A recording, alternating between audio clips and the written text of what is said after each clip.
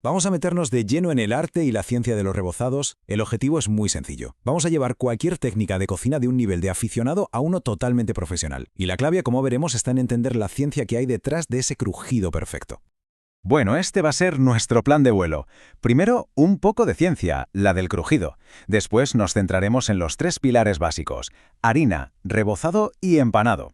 A partir de ahí, exploraremos un mundo de texturas con las técnicas más conocidas. Y ojo, desvelaremos el secreto para una adhesión perfecta, que no se despegue nada.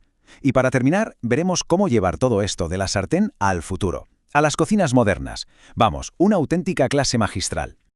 Venga, pues empezamos. Lo primero es lo primero. ¿Qué distingue a un profesional de un aficionado en este tema? Pues, entre otras cosas, el lenguaje. Saber que no todo lo que cruje es igual.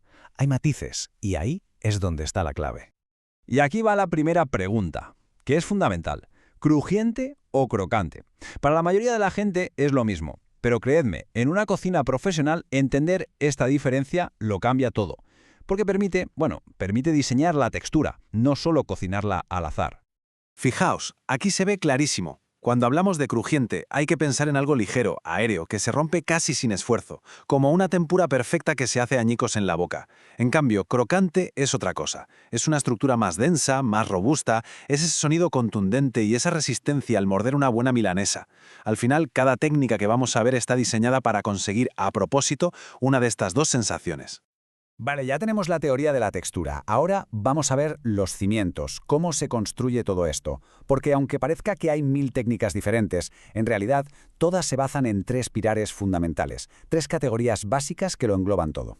Mirad esta tabla porque es como un mapa que lo simplifica todo. Por un lado, enharinar, la técnica más simple, solo harina seca, para conseguir un crujiente fino, muy delicado. Luego tenemos rebozar, que ya implica una mezcla semilíquida. Aquí buscamos algo más ligero y aireado.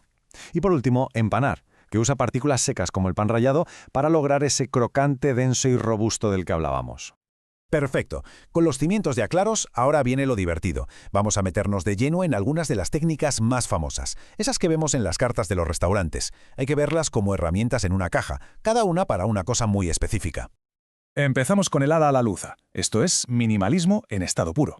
Simplemente una capa de harina, nada más. Se pega a la propia humedad del pescado y crea una costra súper fina y delicada. La idea aquí es proteger el producto, no esconderlo. Ahora, cambiamos de tercio y vamos a la romana. Aquí la cosa se pone más seria. La mezcla de harina y huevo crea una especie de abrigo, una gabardina, como se suele decir. Es una capa mucho más gruesa, más esponjosa, que envuelve el calamar o lo que sea, y sella toda la humedad dentro. El bocado es, claro, mucho más contundente. Y llegamos a la tempura, la reina de lo crujiente. Y su secreto es 100% ciencia, es pura química. La clave es el agua helada. ¿Por qué? Porque el frío impide que se desarrolle el gluten de la harina. Así, cuando esa masa fría choca con el aceite hirviendo, ¡pum!, se crea una capa súper ligera, porosa, casi de cristal. Es una maravilla. Y si hablamos de empanar, la estrella hoy en día es el panko japonés. No es un pan rallado cualquiera, la diferencia es brutal. Son como escamas o copos de pan sin corteza, mucho más grandes y aireados. La consecuencia, pues que absorben muchísimo menos aceite.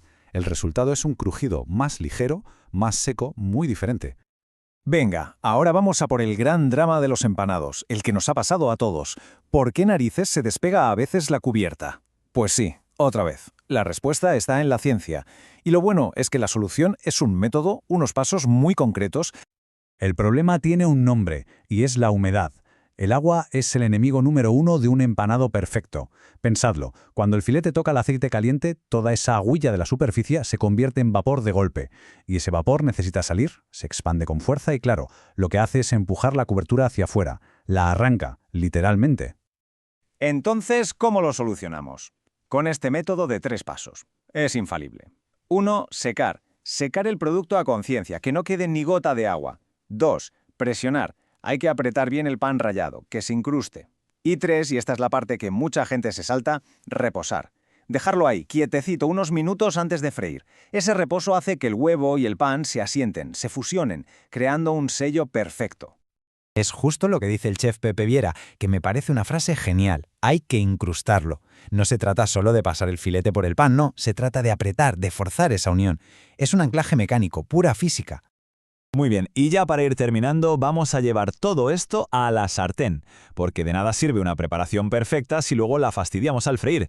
Y además veremos cómo aplicar estos conocimientos a los aparatos más modernos, como la freidora de aire. Aquí van las 3 reglas de oro para una fritura de profesional.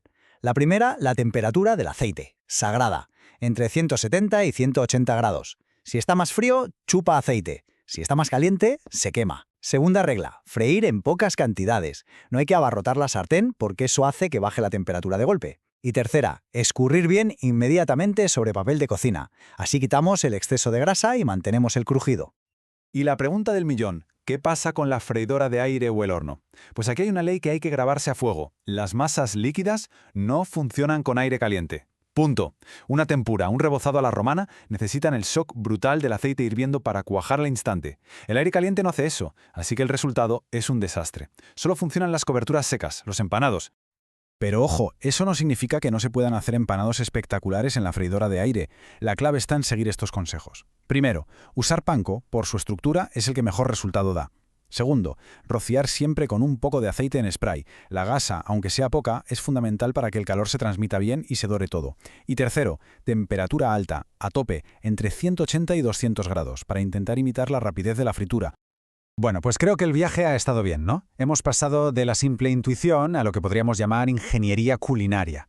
Ya no se trata solo de freír algo, sino de diseñar conscientemente una textura. Decidir si queremos un crujiente etéreo o un crocante potente.